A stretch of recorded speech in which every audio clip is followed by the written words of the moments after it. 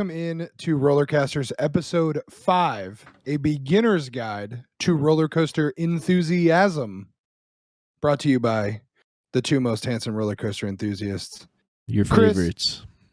and I'm Zach. Hello. and Zach. So today's episode, I'd say it's pretty laid back. We just kind of vibe with it.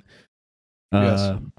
So a lot of our friends who have been watching have asked basically like how to introduce yourself into the realm of enthusiast, I guess. They've asked, what the hell are you guys talking about? Yeah. So, and if you follow our Twitter, we've asked for some questions. We'll get to those later. But to start, we have like some phrases and stuff that we have used in past podcasts that they're like, what the hell does that even mean? Yep. So we're going to go over some of that stuff, and then we'll get to the questions that we have from people, which is cool. Some very good questions, some very bad questions, some questions in between. We appreciate all the submissions, except if your name is Trev. Yeah, there's like a lot of questions that we got asked, and I was like, I didn't even realize like people like they don't know this. Yeah. Like it's pretty cool to look at it like that. Not everybody has a coaster brain. Yeah. The very And it's serious like, it's disease stuff that we both suffer from. It's stuff I feel like is like we think is like so like simple too, but it's just like crazy to me that like it's cool to be able to tell people, I guess, is what I'm getting at. Yep. So how do we want to do this? We have some terms written down here that we want to go over. We just want to go down the list. So how we're gonna do it? Yeah. So I'll start with this first one here, which is airtime and airtime types. And so this is one of those that we've definitely talked a lot about as we've broken down our favorite rides, our most anticipated rides of 2021. And yeah, I mean, I'm an airtime junkie. And you can break down the types of airtime into ejector and floater. And I will say that I have said the phrase, I feel like I'm going to be fired into the sun at least 11 to 12 times on this podcast so far. And that is ejector airtime. Ejector airtime is exactly what it sounds like. It sounds like you are going to go flying out of your seat. It is not peaceful. It is violent. It is a violent type of airtime, in my opinion. And that is ejector. And I'll let you cover floater. Yeah, so I feel like this is the most straightforward terms that we have here, for sure. Yes. But floater is quite literally just a graceful, more like when you're cresting the top of a hill.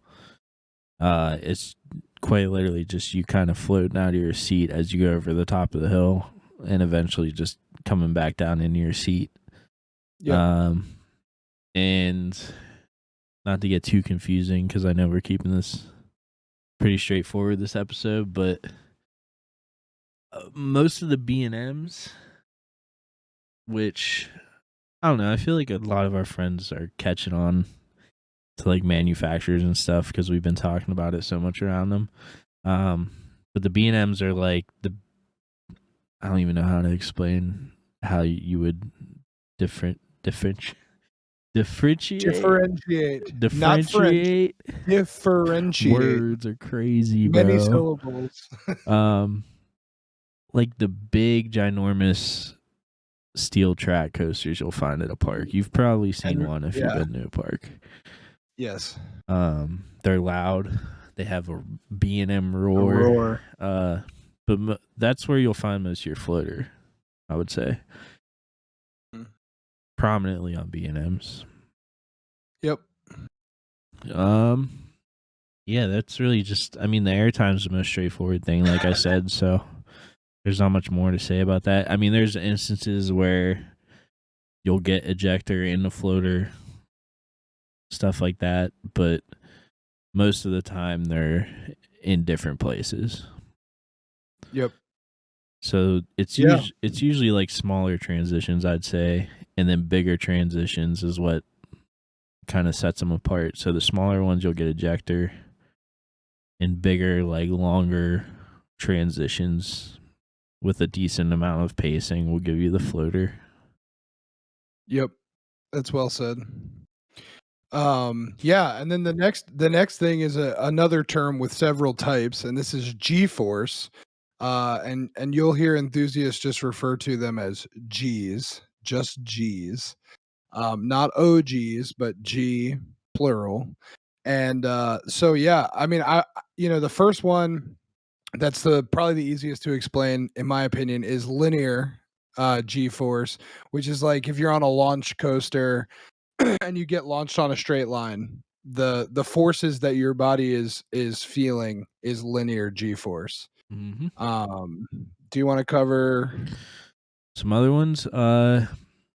So yeah, I mean, you have positive and negative are the two Mhm. most common ones, I would say.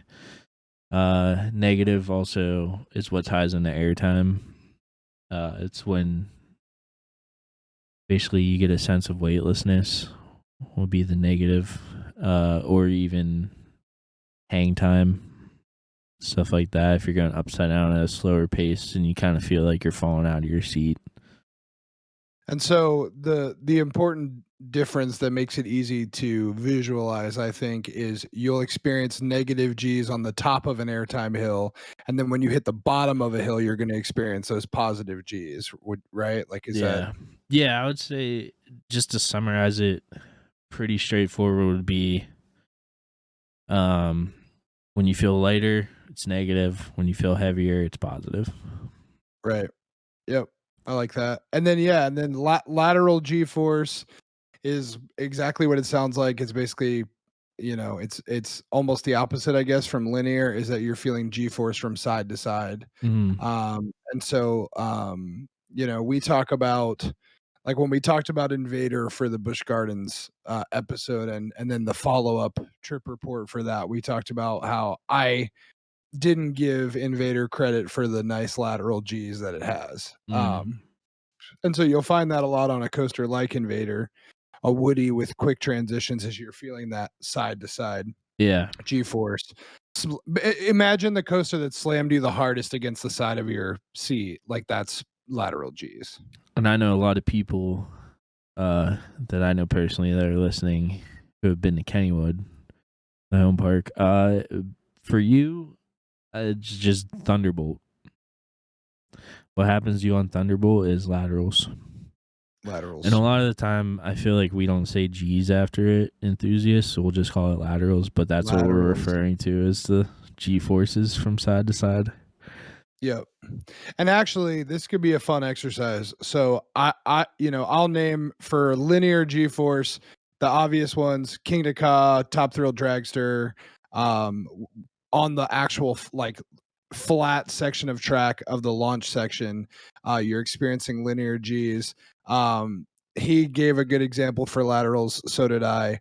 I would say for negative G's, Apollo's Chariot, Nitro, Millennium Force. I've never ridden it, but would you put that in there? For, would you say positive? For negative G's. Negative? I say it's a good mix of both, just not A mix of both, yeah. more intense positives for sure. Okay. But yeah, those are just some examples of coasters that like you may have heard us talk about that feature those those G's, those Yeah. types of G-force. And I feel like Okay. Go ahead. I feel like even that was good what you said, because that kind of like we've discussed before, like household, what we call household coasters. Mm-hmm. The ones that you've seen in textbooks and like stuff like that, or you just know from like even like Travel Channel shows or whatever it was. Like, yeah. So like Millennium Force, he said, is a pretty good one, I'd say. Dragster. I feel like everyone knows Dragster. Yeah, Enthusiasts either or not. Dragster or King to Ka. People can see what that looks like. Yeah. Yeah. So Cool. I feel like that's good. I feel like we covered that pretty well. I feel like those who did not know. Yeah, I like yeah, we did good. Good job, Let's Chris and gas Zach. ourselves up real quick. Very simple explanation. Yeah, so the next term is one train ops. Shout out. Which one Should we train shout 'em ops. out? Yeah, shout out Logan, shout out El Toro Ryan. Logan and El Toro Ryan, we love y'all's videos. Sure do. Yeah, so I don't know if we've probably said it. We've probably uttered it at least once. But one train ops is pretty much exactly what it sounds like, which is that a coaster is operating with only one train. And so to increase capacity, they always, I don't know if there's a coaster on the planet that is popular that only has one train. But usually they'll have two trains cycling through to increase capacity and to keep the line short. But sometimes they only have one train on the track, and that's sometimes because of maintenance, because they're not anticipating a large crowd. They don't bother to bring the second train up. But one train ops is a very frustrating experience for enthusiasts and GP alike, because it's going to increase the line, number one. And there's nothing more frustrating to me personally than when I get to the station. I'm at the gate, I'm about to get on, and I have to wait for that entire coaster to go around a full cycle. The same people that I watched get on in front of me get off, and then I get on behind them. And so that's one train ops. It's a point of huge frustration. The last time I saw it was on Tennessee Tornado at Dollywood, and it was very frustrating to have to wait for that thing to come all the way back around. It had a long line on an empty day, so we don't like them. Neither should you. Even if you're not an No. enthusiast, you can get behind this one. Yes, We do not like the one train ops. There's not a good excuse for it, certainly. The next three things, enthusiast or not, I would say we want to boycott them. So, but yeah, that's one train ops. It kind of leads into the next thing. Yeah, go ahead. The next one is related. So in the situation where they surpass the one train ops thing, they put could a second one on. they could put a second one on, but then they're stacking.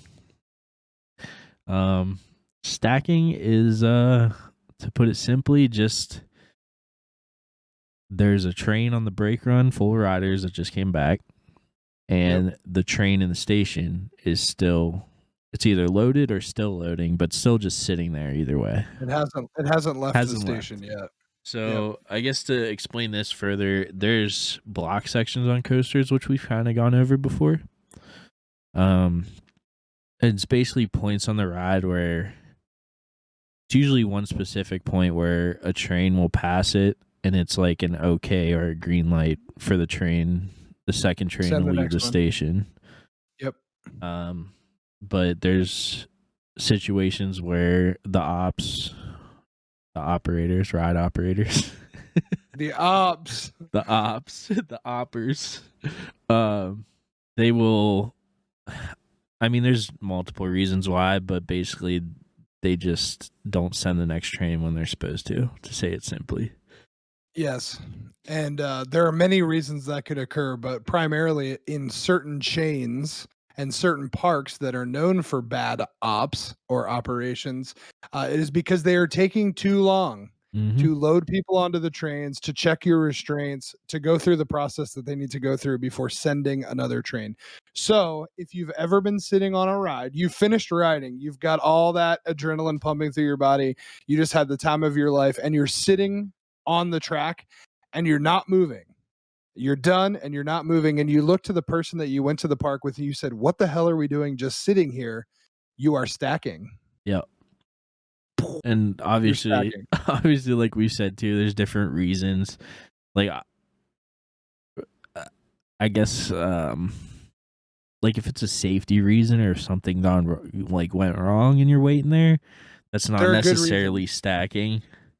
Yes. Stacking is more so just them consistently taking long to load the train and people waiting on the brake runs. Of operations. Yeah. Primarily.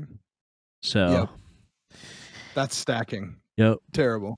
That kind of leads into We the hate next one stacking too. We hate Yes. stacking. We hate this next one. And we hate Maybe this the next one most even more. Yeah. out of anything. All right, so what's a reason the operators might be taking a while, Chris? So a perfect example of why the operators are taking too long is because they are spending time, valuable time, stapling me into my seat, stapling my big ass into my seat. Do you want to elaborate on what stapling is? I'm like getting triggered just talking about it. So stapling, as a coaster enthusiast, you should like a little room between your restraint and you. Yep. Some people may get nervous or whatever, that's fine. But this is specifically when a ride operator decides to push down your restraint on you as much as possible. Yep. Yeah, that's basically it. I mean, they just push the restraint down on you to the point where you're getting no movement during the ride. Yep.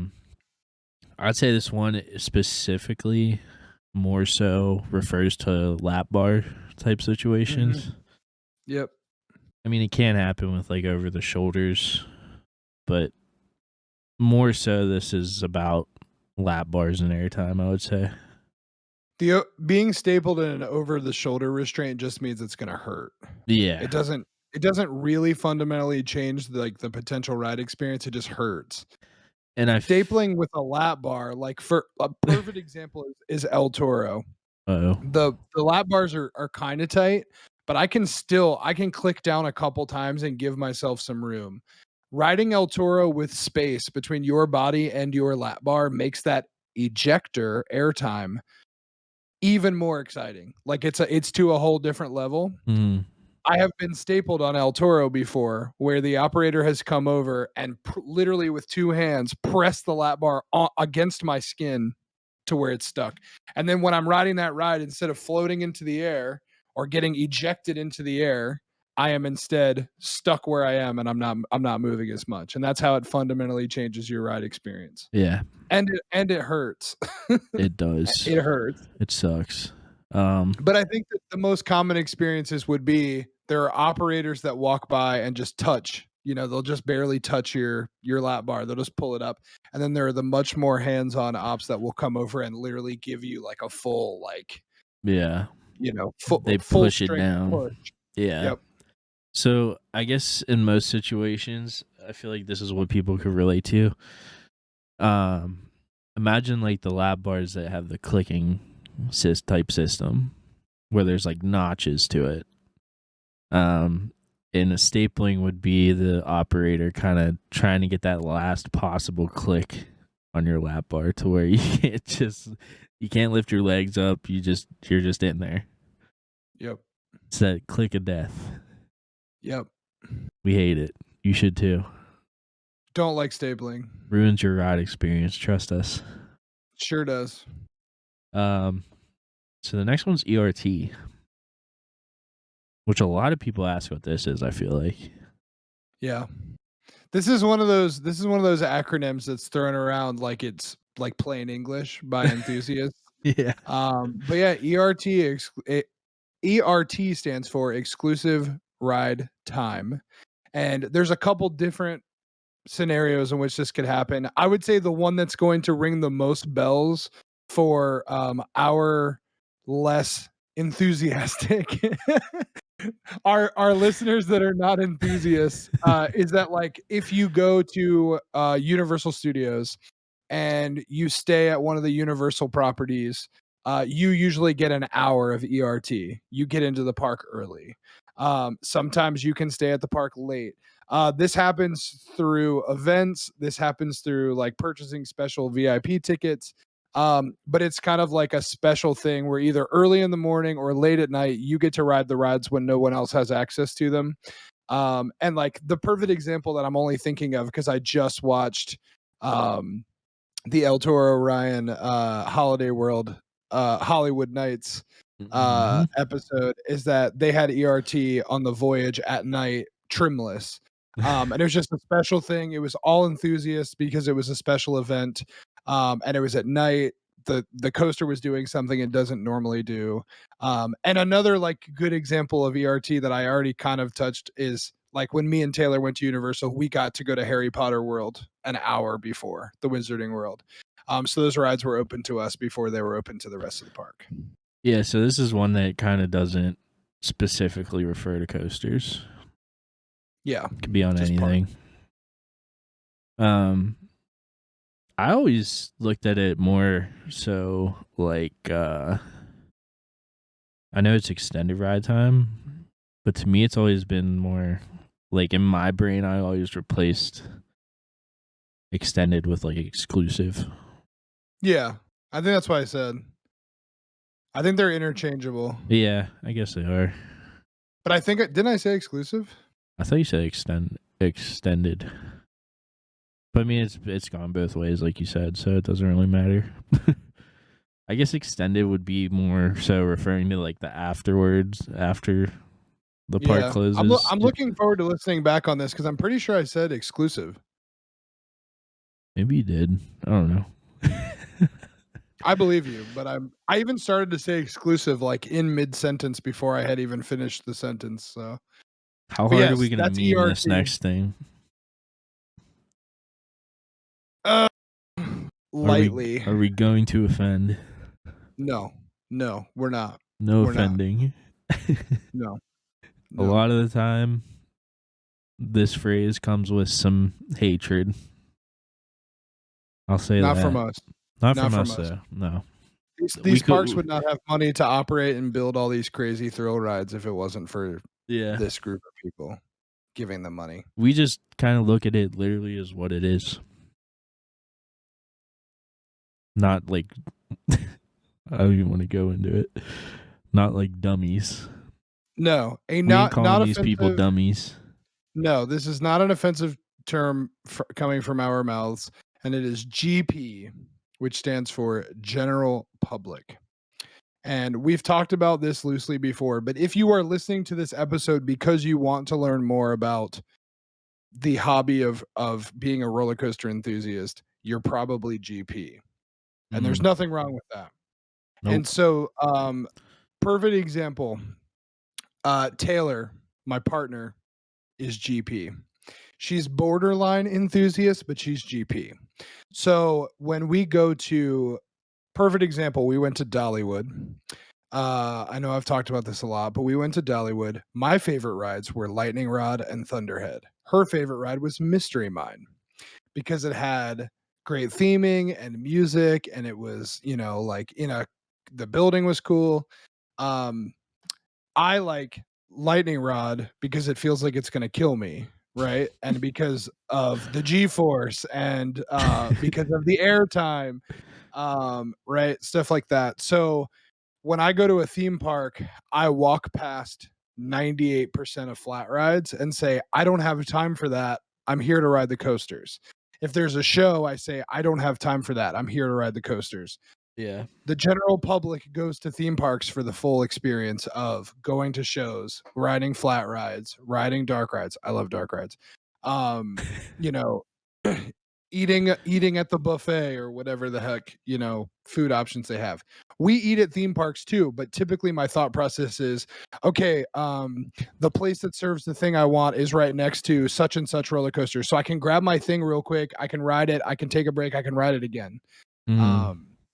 So that would be the primary differences in my mind between myself and Taylor, who is, GP. Yeah.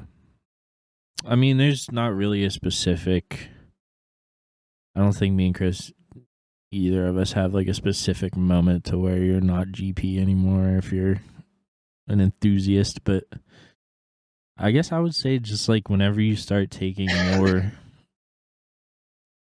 interest in what's going on the rides and stuff is when you kind of are leaning more enthusiast there. Yeah. Well, I think another perfect difference is like Loch Ness Monster is one of my favorites because of its historical significance, because of its manufacturer, because of its designer, things that non-enthusiasts wouldn't know. GP ride the Loch Ness Monster and say, it was okay. I didn't really like that much, right? Yeah. And so it's like all of the extra information of like it's the obvious differences between what makes something a hobby that you are crazy about and something that you just kind of like. It's knowing all that extra information. If you go to an amusement park mindful of like I know that there's XYZ coasters that I need to ride that I've never ridden before. Then, if you've done your research up front, you're probably a budding enthusiast or already an enthusiast. Yeah. And I mean, just like anything, there's gatekeepers. People who are going to be like, well, you're not enough of this or this, so you're still GP. Don't Right. listen to it. No, It's stupid. I agree. I mean, it's just like anything. There's like people who are just kind of like have a negative approach to it, but not us. We're The only accepting the GPs with open I would arms. say, from my perspective, the only gripe I have with the general public is that they are attracted to the weirdest roller coasters. And it's things that I wouldn't care to ride like a bunch of times. And so that's okay. So like perfect example is like at Busch Gardens Tampa, Cheetah Hunt. In my mind, I've never ridden it. In my mind, it's probably pretty cool, but probably pretty mid compared to like the very good thrill rides they have at that park. That has like a 3-hour wait all the time. Yeah. Like I think that's weird. And the reason that it's a personal problem for me is that when I go to these parks and I want to get these credits, I've never ridden these coasters before. I have to wait for 3 hours to ride something I don't really care about. Like Wild Mouse coasters are the perfect example. Like Ricochet at King's Dominion always has a line, but it's absolutely garbage. It's terrible. And so that's kind of my single problem that I have is I'm like, oh Jesus, like I gotta ride Cheetah Hunt, but it's a 3-hour line because every GP that walked through the gates wants to ride this. Yeah. And I'd say When they my could be riding example, Montu and Kumba, like actually great rides. would be like more people when I go to Kennywood line up for the racer than like the Jackrabbit in most cases. Right. And the racer's cool for what it is, but it doesn't do anything really. I mean, Racer's getting retracked, by the way, not to go on a yeah, I saw tangent that. That's kind of weird. RMC racer. You heard it here. But yeah, Jackrabbit's like the crazier, better ride in my opinion. But a lot of the times people line up for racer. That line's always spilling out into like midway. Always. Actually willing to bet that like the GP population of King's Dominion were like devastated when they closed Hurler. And then they opened Twisted Timbers and they're like, what is this? Like bring back Hurler. Dude. Hurler was really popular. Okay, we're bordering on making fun now. So I think this is a good moment of transition here. So we've talked about all these definitions. We have finished on GP, general public, and speaking of GP, we have some very good questions from our mostly GP listener base. And the questions they run the gambit. They're across the spectrum of amusement parks and roller coasters. And we appreciate the submissions. So I'll kick us off here with the first one, which is what are the most common types of ride restraints? Yes. And This so is we've a talked hard about one, lap though. bars. This is a hard one. I feel like it's a hard one. I mean, how many there's like a categories do lot you of break them? kinds of. Yeah.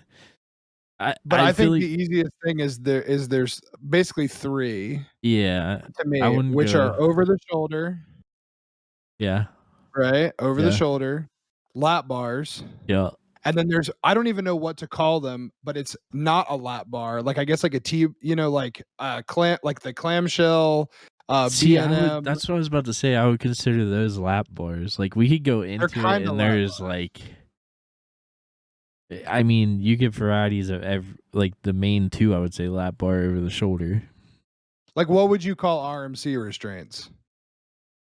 I don't know. You got shin guards on them bitches. It's not really a lap bar. You know what I mean? Like Yeah. it does a lot. I mean, over the That's kinda what shoulder I'm restraints, you get the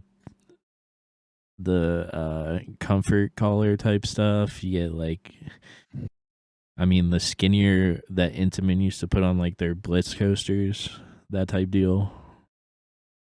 And then there's just like the most known, I would say, like big padded with the handles like at Yeah, your it comes shoulders on over. there. Yeah. Yeah. I mean, there's some Yeah. even that are like a lap bar over the shoulder combination almost too.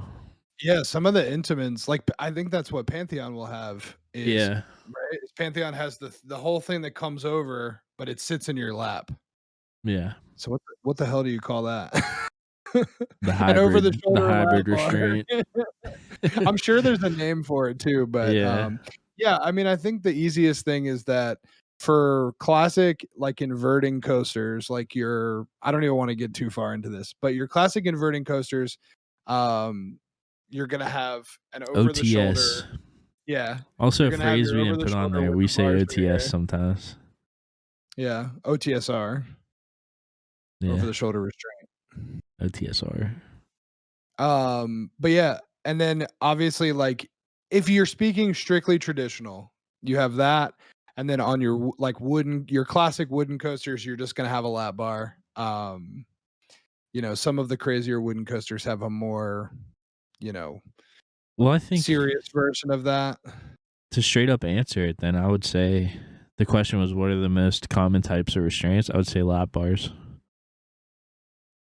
More so. Where the most common, yeah, lap bars and over the shoulder would be like the top two categories that are easiest to fit everything into. Yeah. But nowadays, like so many inverting coasters have just lap bars now. Mhm. I would say lap bars are most common over the shoulder restraints at this point. Yep. So one question down. I think that was Jarrett's. Thank you, Jarrett. Thank you, Jarrett. I think this Here's next another one's Jarrett Jarrett's too. question for you.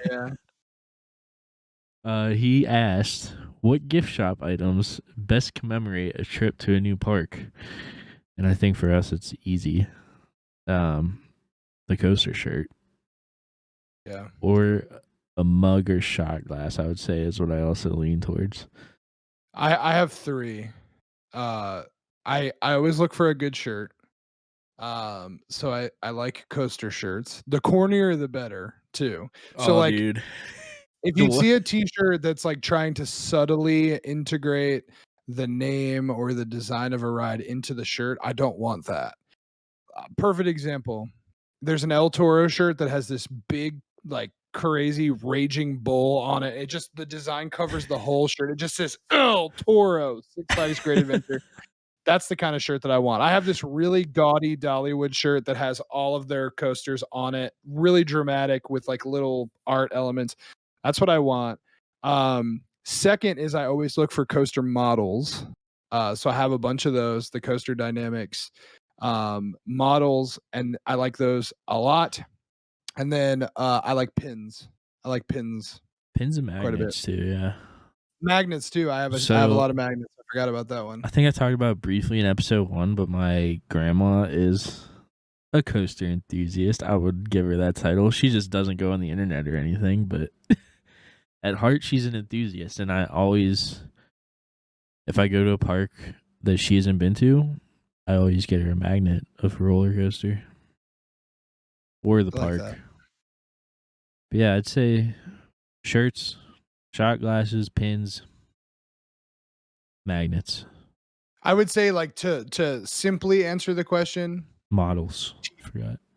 I think t-shirts are the one that like if I like I literally picked through the lightning rod gift shop trying to find a shirt that I liked and there was nothing that really hit.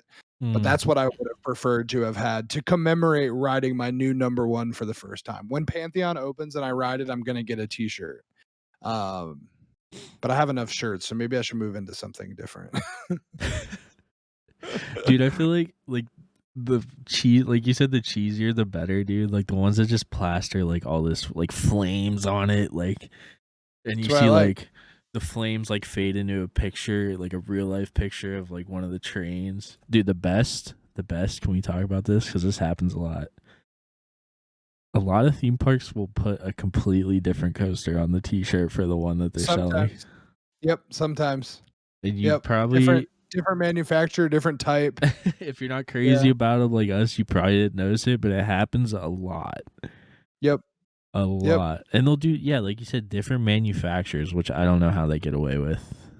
Yep. I really don't know how they get away with it. I don't fall for that, though. I will never buy a shirt like that. Trust.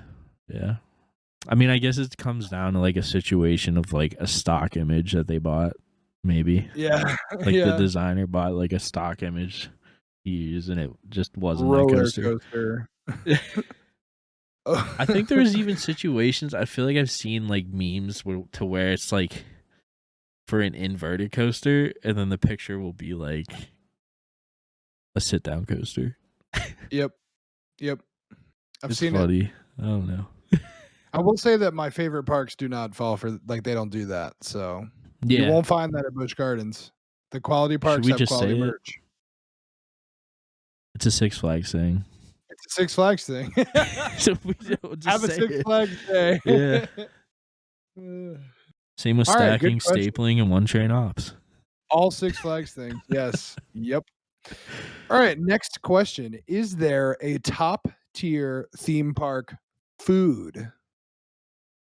You know, I have an answer. I wonder why they're asking us this question, this particular question. That's weird. Do I look like I've eaten a lot of theme park? It's because I got boobs and I'm a dude.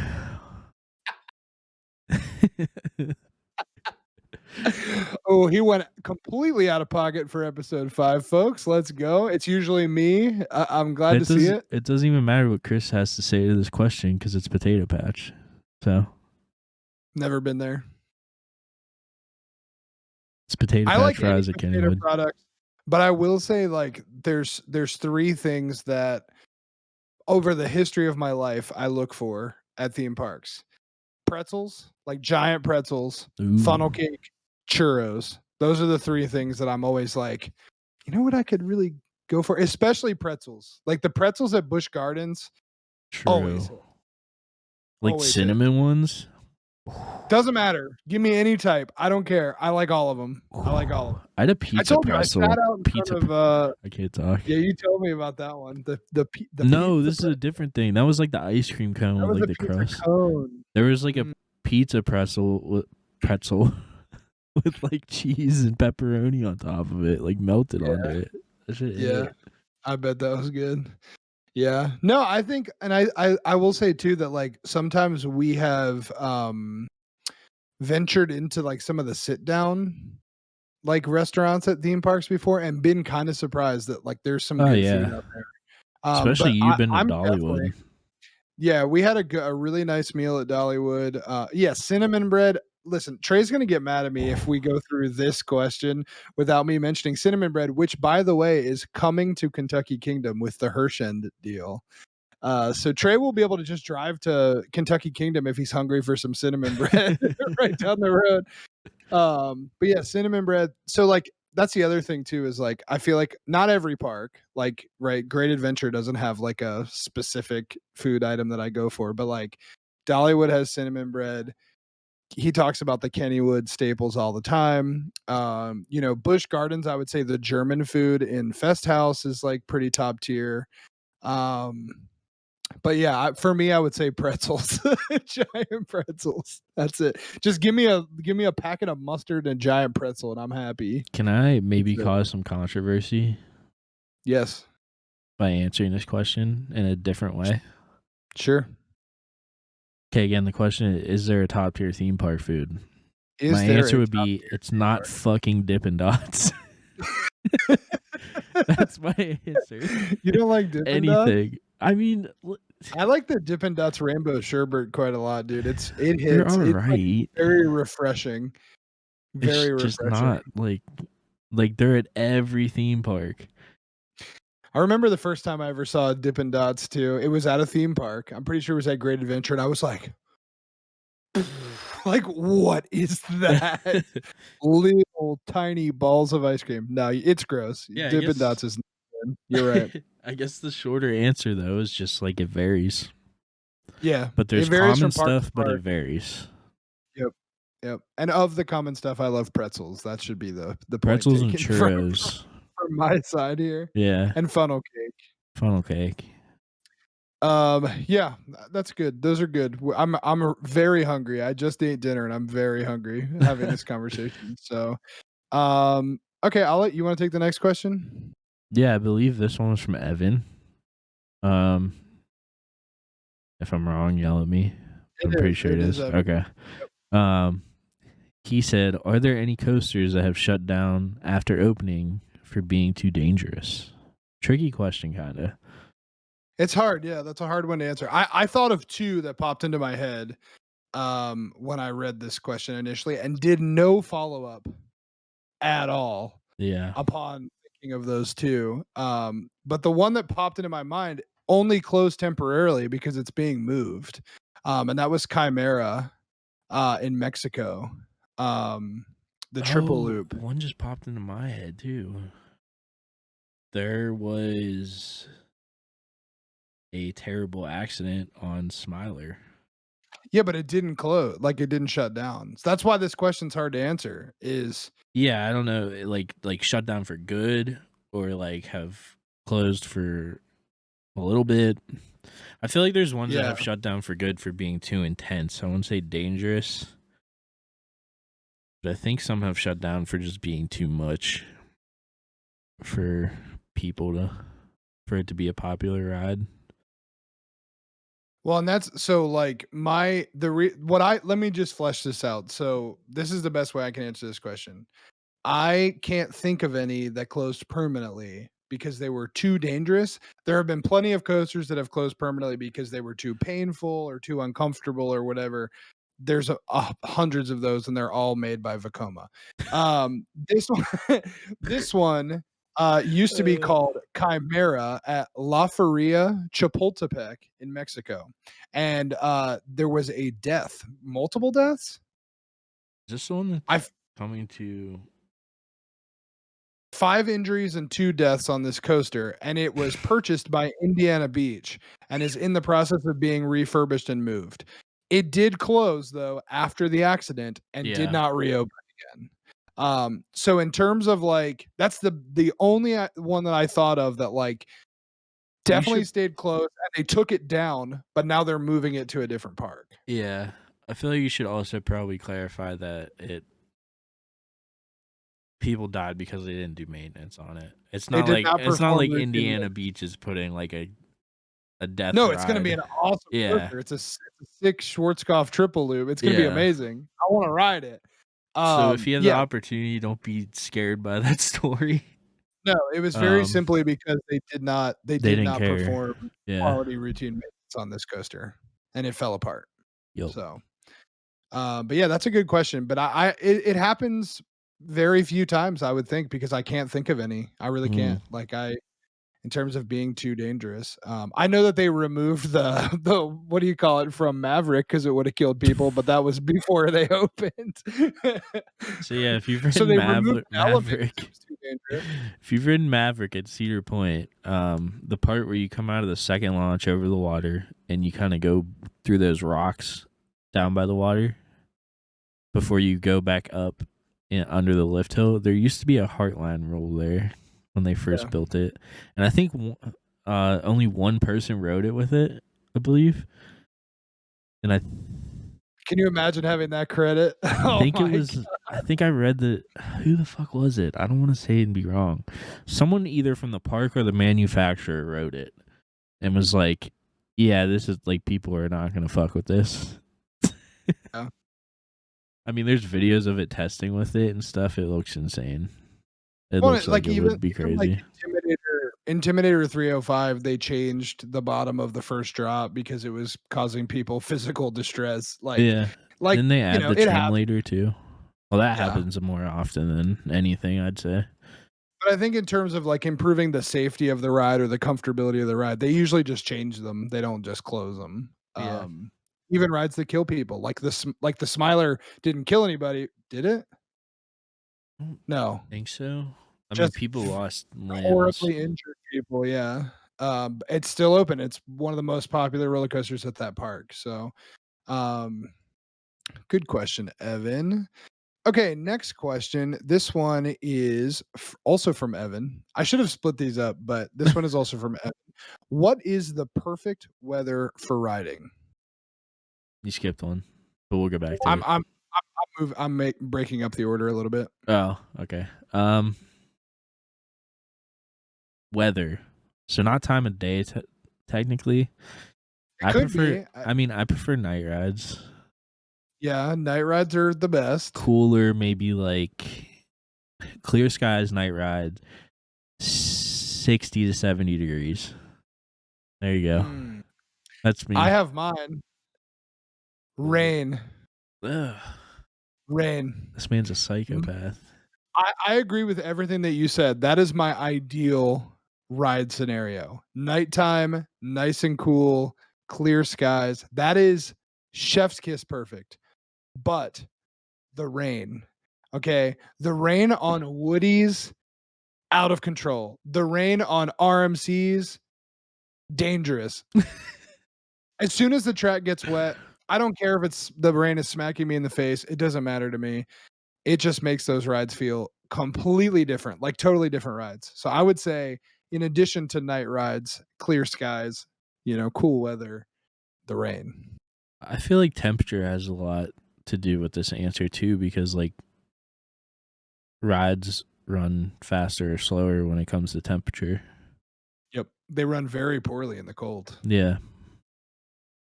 As I can attest for Verbolten a couple weeks ago. Too hot, you get like the expanding of the track, right? I feel like they run pretty good when it's warm though. Like I feel like that's when coasters run at their fastest. Like during normal weather is when it's warm. Yeah. So normal weather is perfect. Chris likes rain. I like nighttime. I like nighttime too, but I also really like rain. But I guess it's really simply put it, not too hot, not too cold. That's right. I like that. So what are we doing next now? You move some stuff around, I see. We're back in order here. The next question is from Trey. Ooh. This one is a heater. This is a heater of Trey a question. put some thought into this question. And I'm going to read it as it was written. So we get the full thought here. So this is from Trey. What distinguishes different manufacturers? I feel like I hear you guys talk about how different manufacturers have reputations, and people automatically assume the coaster will be good/bad based on which company made it. It's a all great true. question. Very good question. Yep. So this is gonna be a long answer. It's just naturally gonna be long. So some things that come into play here. Distinguishes looks sometimes do. Different manufacturers use different types of tracks, different trains.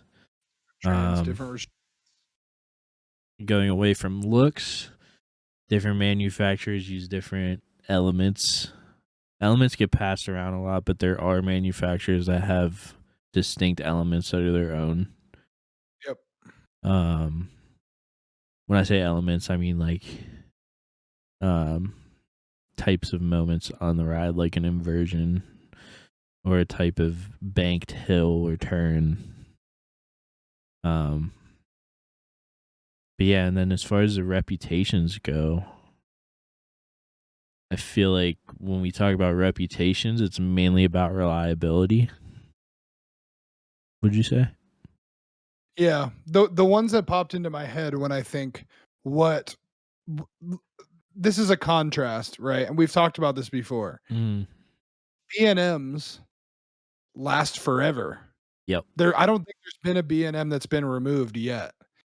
B&Ms last forever, and they're still good decades later. Where on the flip side, you have arrows that over the years they don't age well, they get very rough. Same with Vacomas. There's several manufacturers that fall into that category. And so in terms of reliability, yeah, and I think like even like how often are these roller coasters broken down? stuff like that. You can usually look at a ride.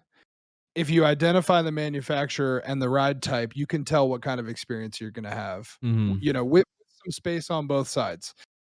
So it might not meet your expectations, it might exceed your expectations, but it fits into this sort of window of possibilities where if I see that it's, a B&M hyper, I know what I'm going to get pretty much. Yeah. There's not a huge amount of variation. I know I'm going to have fun. I know it's going to be a good ride. It's probably going to be smooth. It's going to be comfortable.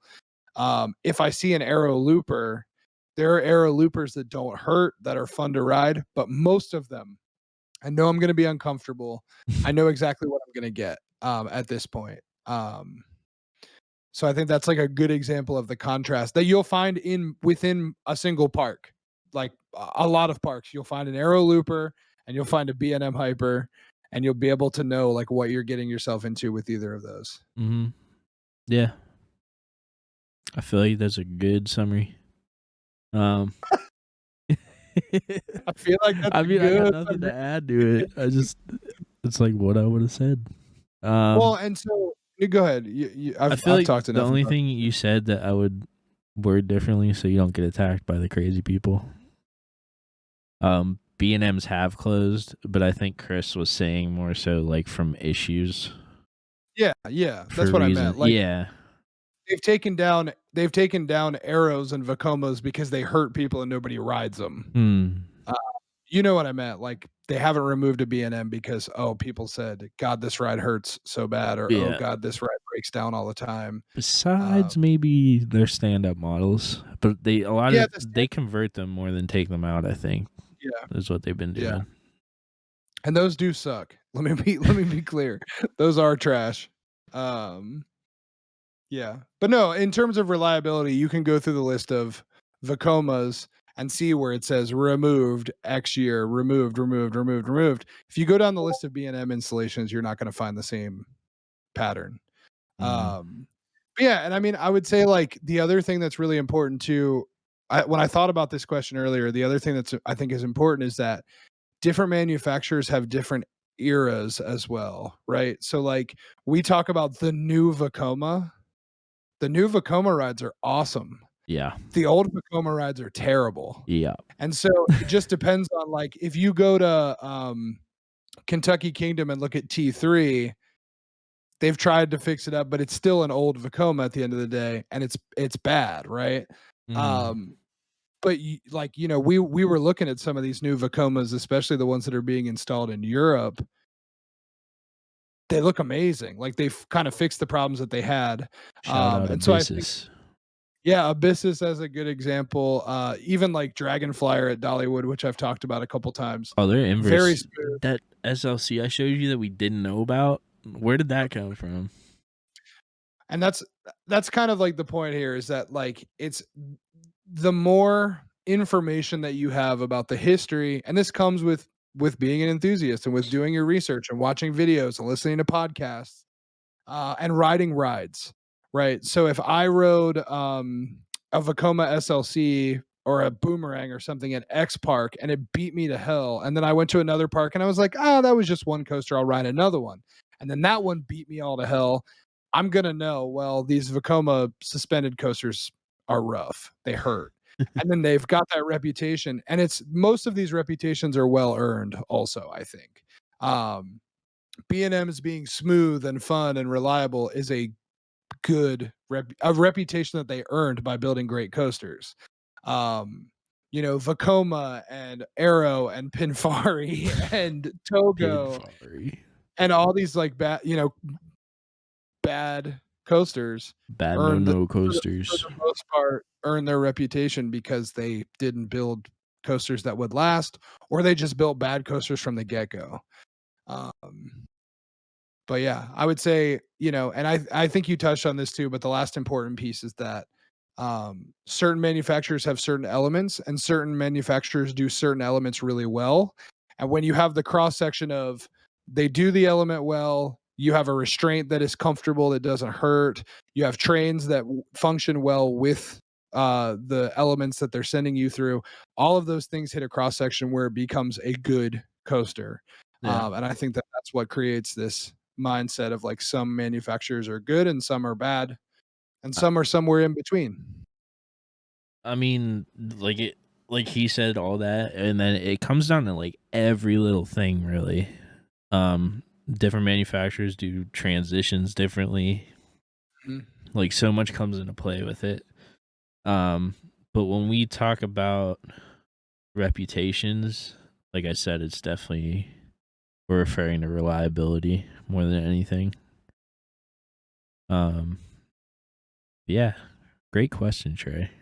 We love that Very good question when one. we got it. We were A we were thinker. talking about it before we even got to this podcast. So next one's from Ryan, right? Yeah, another heater. Another good one. Yep. All these It's gonna be questions hard were for me good. to And answer. then we got Trevs, who was trolling. What else is new though? Oh no. What? Oh God, no. Not like this. What happened? Oh no. What happened?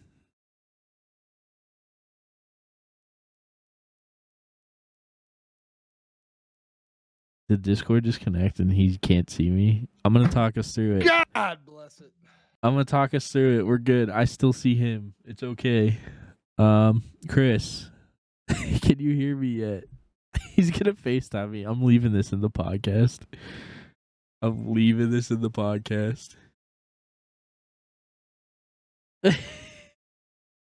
He doesn't know I can still see him. This is staying in. Hello? Hello? Oh, hello? Hello? Bro. That's gonna be a funny moment in the podcast. Did you get me banging on my desk? Dude, none of it was froze for me, so I'm just sitting here like, Chris. I'm like, You were frozen solid, and then just a moment ago it went. dude, you're gonna see And then it the was caught up. panic of you texting me I texted and not you. being able to hear me. I just kept it rolling. I was like, this could be funny to put in here. Damn. Anyways, Discord just disconnected for the non viewers, the listeners That who aren't scared me watching the so video. bad. We're so far into this. Oh my God. So yeah, Ryan's question. We'll get back into it. You got sidetracked. What aspects do you think differentiate? Differentiate. I can't say that word. It hurts. A good You're coaster. saying differentiate. Differentiate. Differentiate. Let's go. A good coaster from a great coaster. Good from great. Good from great. question. I think it's preference, right? That's part of it. But Part there are of some it. universal perfect coasters, right? I say to sum it up, what coaster is bringing you airtime, good G's, different types of G's. Great coasters are not one-trick ponies. Yes. I think that's how we'll answer it. It's giving you a little... I think that every great coaster that I can think of in my mind is relentless from start to finish. Like, I can't think of a great coaster that starts really strong and then just kind of dies out towards the end. Yeah. It's that great pacing. It's always giving you something right until you hit the last brake run. Mm-hmm. Yeah, I definitely agree with what you said. And I think that it's just that combination of all of those things. It's that perfect cross section. And I would say that my metric is that when I get off of a great roller coaster, I'm speechless. I'm dumbfounded. I'm like, oh my God, like what did I just experience? When I get off of a good coaster, I'll be able to tell you all the things that were good about it really quickly. I'll be like, yeah, I really liked when it did X thing, and but it could have done other thing better, but it was good. Yeah. If I ride a great coaster, I'll come off and just be like, I'm back on Earth. shaking my head. Yeah. It's a good question though. It's actually really hard. It's hard to break that out. Yeah. A lot of I these love some questions good are coasters, but I love great coasters. all these questions are just really hard to Put into words. put into words, but give you like a straightforward answer to, I'd say. Yeah. Which is good because I feel like a lot of these are coming from people who aren't enthusiasts and they're kind of realizing how much more there is to coasters. I'm breaking things up again. Don't get confused. There we go. But yeah, Ryan, great question. I'd say generally, like we said, what does a good amount of variety of things? The pacing has to be good, generally speaking. But ultimately, it would probably be preference. Like, there's rides that I may love and think are a great one, and Chris may just think they're okay. They're good. I don't think so. Nah, there's some. I can't think of any.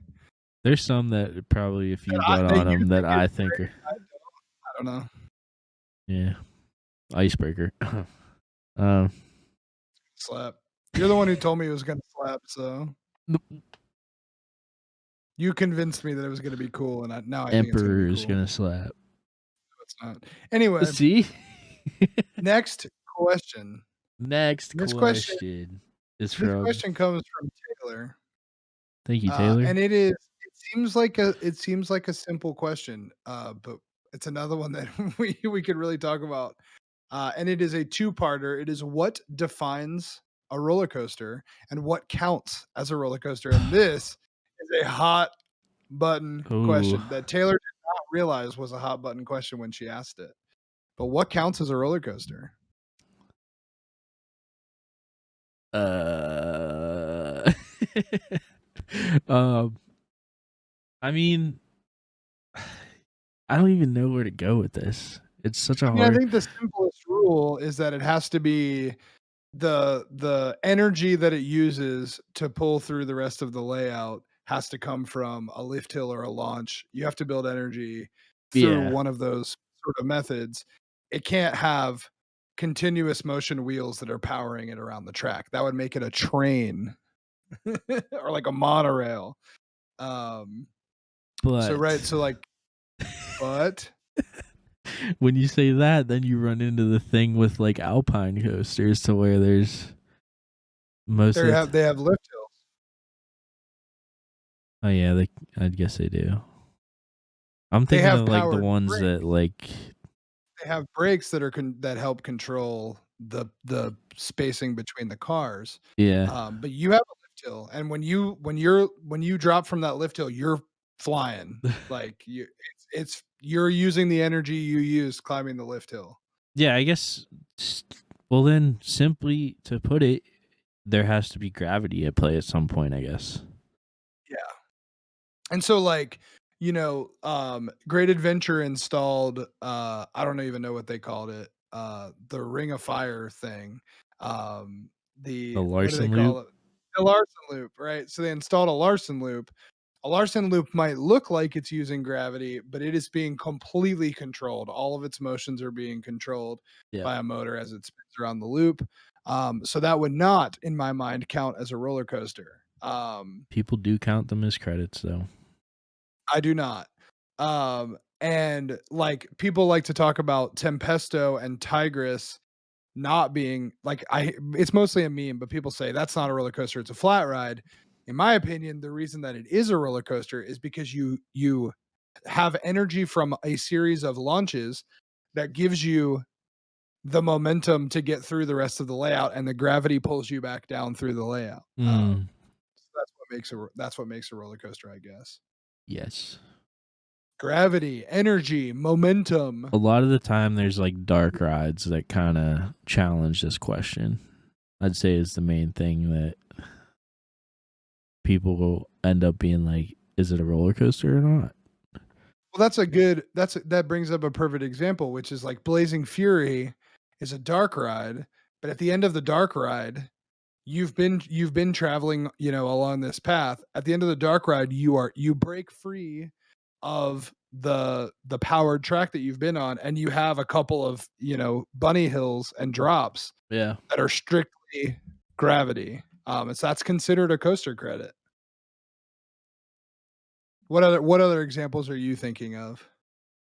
What was it at Conneaut, Devil's Den? That is Oh, that on. is bizarre. It's weird. The gum wall. Oh yeah, so gross. Dude, when I saw that in one of we're gonna talk about El Toro Ryan again.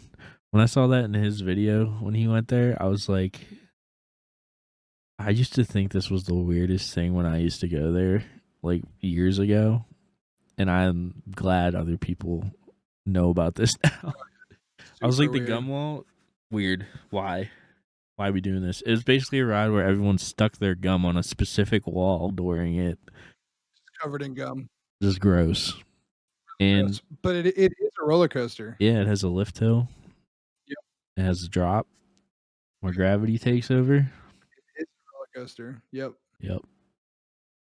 I think it's as best as we can answer that one. When Taylor asked this question, she did not realize the weight that this question carries in this community. And so I think that's another good example of, like, talking about, what people that aren't within the roller coaster enthusiast community wouldn't know, is that these are the kind of arguments that come up in message boards and, like in videos, is that what counts as a coaster credit? And people do argue about this. But I think the rule of thumb that I follow is what I said, which is that you have to build up energy through a launch or a lift hill, and gravity carries you through the rest of the layout.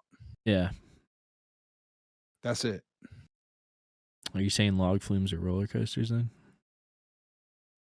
Yes. No, because that's a completely fucking troll. because it's on water. Yeah. That's like This the is main a thing. train on wheels attached to a track. Yeah. That's the main thing I would say. The challenge is, what is a roller coaster is dark rides and water rides in most cases. I think most dark rides, though, you can split them up, right? It's like the Mummy is a roller coaster. It's a dark ride, but it's a roller coaster. Gringotts is a roller coaster. That's also a dark ride. Curse of Dark Castle was not a roller coaster, right? Like, those are really easy to differentiate. I'm curious now, are there others that you're thinking of that toe the line that I'm not thinking of? I don't think so. I'm just like recalling a lot of situations where the argument was presented with a dark ride or water ride. I don't really have any specific ones in my. I'm just saying, like, that seems to be the common ones that start the debate. Well, and that's the difference too, right, between a log flume and a water coaster, is that a water coaster has track sections and roller coaster elements, and it's a train attached to, or a car, or a boat with wheels attached to a track, and then even if it lets go, it comes off of the roller coaster track section and it lets go and drops down into water. It's still a roller coaster because it has the roller coaster track sections. Yeah. So basically, why I brought the log flume up is because I was like challenging our own statement in my head, to where like it has to have gravity take over at some point, and then I was like, well, water rides kind of do that sometimes. So, yeah. But I mean, then there's water at play too, so it's not water just that sort of changes things. Yeah. It's complicated. Complicated. Who asked that question? Taylor, it's complicated. Okay, this is a good one. This next question's a good one for you. You wanna rip this one?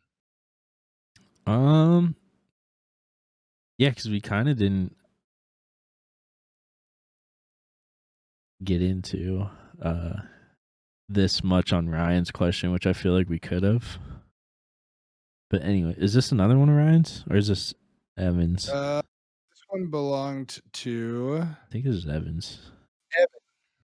Evan asked, where's the best and worst place to sit on a coaster? And it changes every time. It depends. Yeah. Every single coaster will ride differently in arguably every single seat. Well, and I think that you can say that there are a general set of rules of thumb Oh, yeah. that are usually true, right? So I think that that's probably the easiest thing to cover here. But I will say this with a huge asterisk, which is that there are some rides where the magic seat doesn't make sense.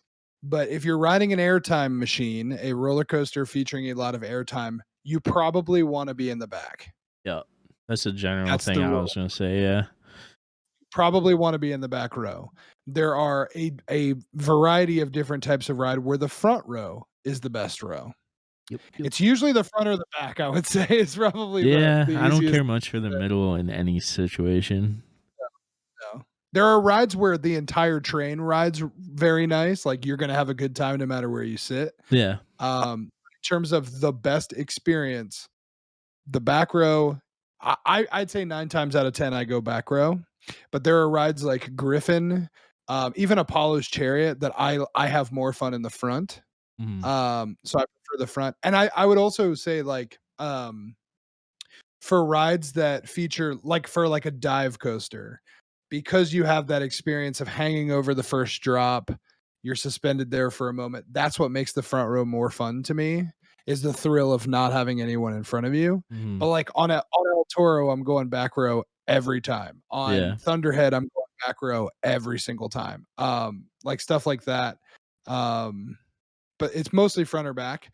I don't know if there's a worse seat, but I would say that on certain coasters there are seats that are much more rough Oh than yeah. others. It's usually the back too. Cuz Usually the back. I mean the back generally speaking is going to be more intense on a coaster unless it has like short trains. Then it's not going to be that different, but when you're dealing with like a pretty either decent size or like longer train, the back seat's going to be more intense a lot of the times just cuz you're getting pulled through stuff. I'm just answering these questions is making me realize just how much information I have stored in my brain about this subject. It's unbelievable because I just thought of also that there are certain coasters that aren't necessarily good that riding them in the back row will make them good. Yeah. Like stuff like that. Like stupid example, very crazy, very silly example. Nickelodeon Slime Streak at American Dream Mall at Nickelodeon Universe at the American Dream Mall in Jersey. Mhm. The most mild, tame, like not quite kiddie coaster. I guess it's just a family coaster. You ride that thing in the back row and you're getting airtime. You do not get airtime any other seat, but if you ride the back row, you're getting airtime. And it makes it a fun ride. Like I like that ride when I ride it in the back row. If you ride that thing in the middle row, it is going to be like you're riding a tram around the outside of the park going for a tour. And so I think that's great. But like that's just in my brain that I know. Like if Yeah. I showed up to Nickelodeon Universe tomorrow, I'd be like, oh, I'm riding Slime Streak, I'm going back row. But then Dude, there are it's other coasters that are like crazy. that you don't wanna ride in the back row because you're gonna get beat up. So, like, it's kinda weird, like That's what I'm saying though too. Like you said, like answering these questions, I'll answer them, and then I'm sitting here like, well, not with yep. this one, but with Well, and this there ride, are coasters that I kinda mentioned this, but I really wanna hammer this point. There are coasters that are very similar, same manufacturer, same type, where some of them the best seat is in the back and some of them the best seat is in the front. yeah, And I would say the fastest way for you to find out is to Google coaster name plus magic seat and somebody will tell you. Somebody on the internet will have already told you where the best place to sit is. So that information is available, but this is also part of what differentiates the general public and normal people yeah, from coaster we're enthusiasts is knowing crazy, this level of information. Yeah. Like we're why would I know psychopaths. this? Um, I I mean, shouldn't know also this. like the sides come into play sometimes too. Yes, Like they if do. you're sitting on the Left and left or right. right, Yep, it's totally. crazy. Totally different ride experiences on certain rides, depending upon the left or the right. So yeah, to answer that, there is no answer. It's usually the front or the back, Evan. That's all. Yeah, front or back, it depends.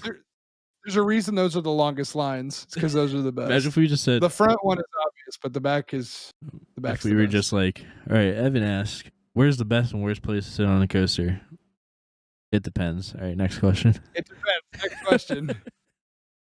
What makes some coasters good and some great? It depends. Next question. Top tier theme park, dude. It really depends on what park. Next question. What distinguishes different manufacturers? Depends. You know. Oh man. All But right. yeah, Next question.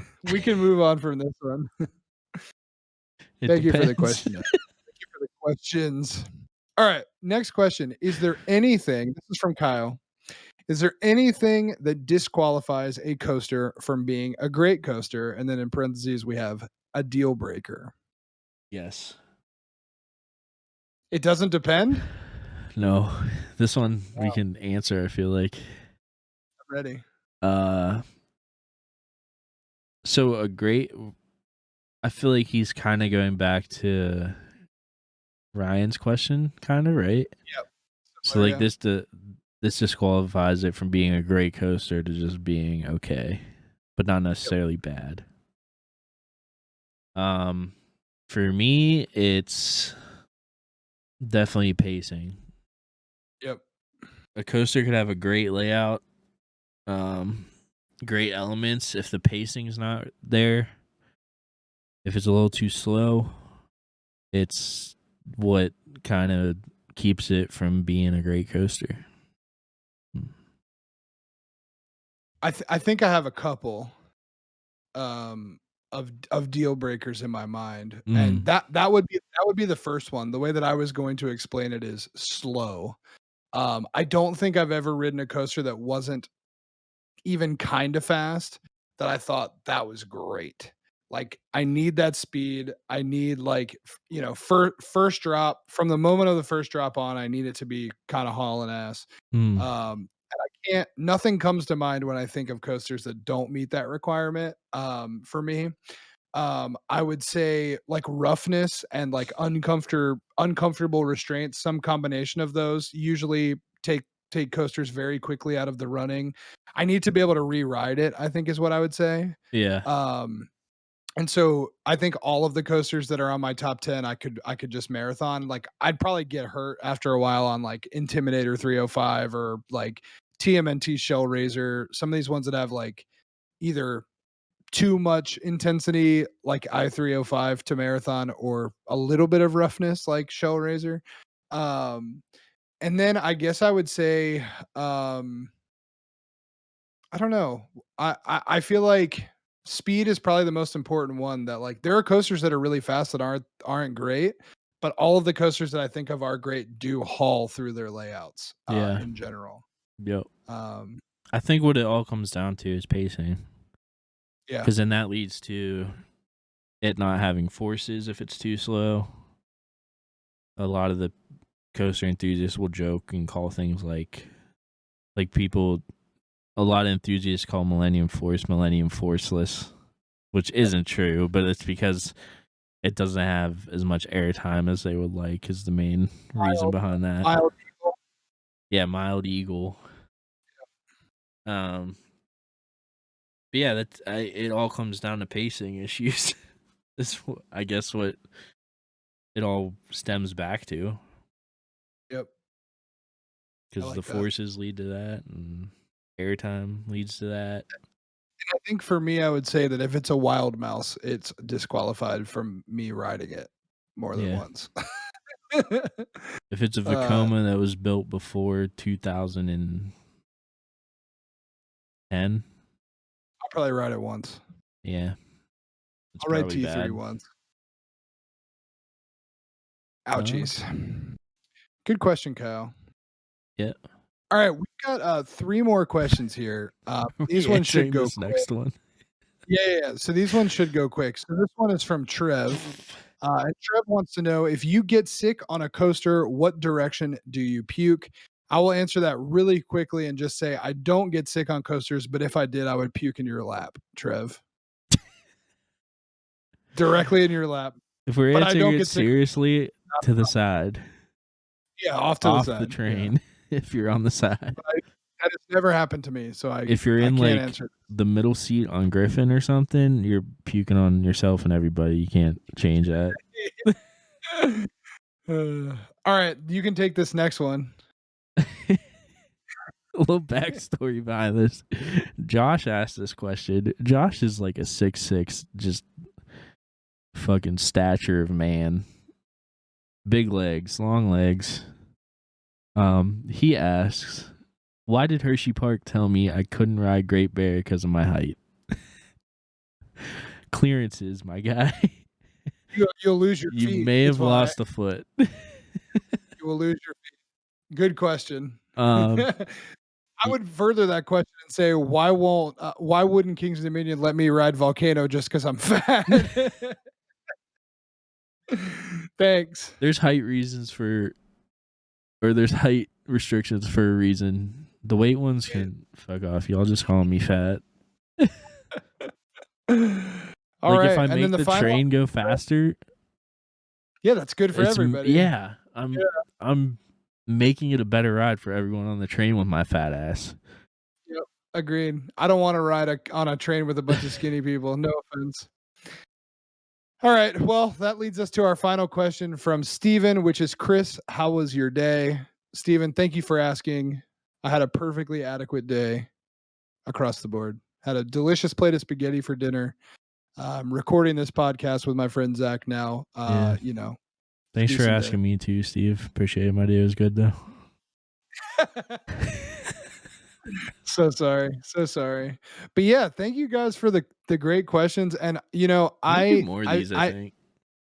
Yeah, this is fun. We could even just do like a little segment where we answer a couple of them in the future. I hope that this was educational. I hope that, those of you that are at least curious enough, this sparks your interest to look into it more and to learn more about the hobby, the lifestyle of being a roller coaster enthusiast. And yeah, we'd love to have you join us at parks in the future. So we can teach you more in person. If and when. I'm going to Busch Gardens on Saturday, so right now, baby. Yeah. Just to add to what Chris said, we loved all the questions. We hope this kind of makes you guys realize why we love it so much, is that there's so much more behind it than just, does this coaster loop? Does this coaster not loop? Stuff like that. There's a lot more stuff. And we will catch you for episode 6. This was fun though. Don't forget to subscribe to YouTube. Don't forget to click follow on Spotify, Apple Music. Apple Music. Don't forget to leave 5-star reviews, like, comment, subscribe. We love you. We'll see you for episode 6 later on. Peace out.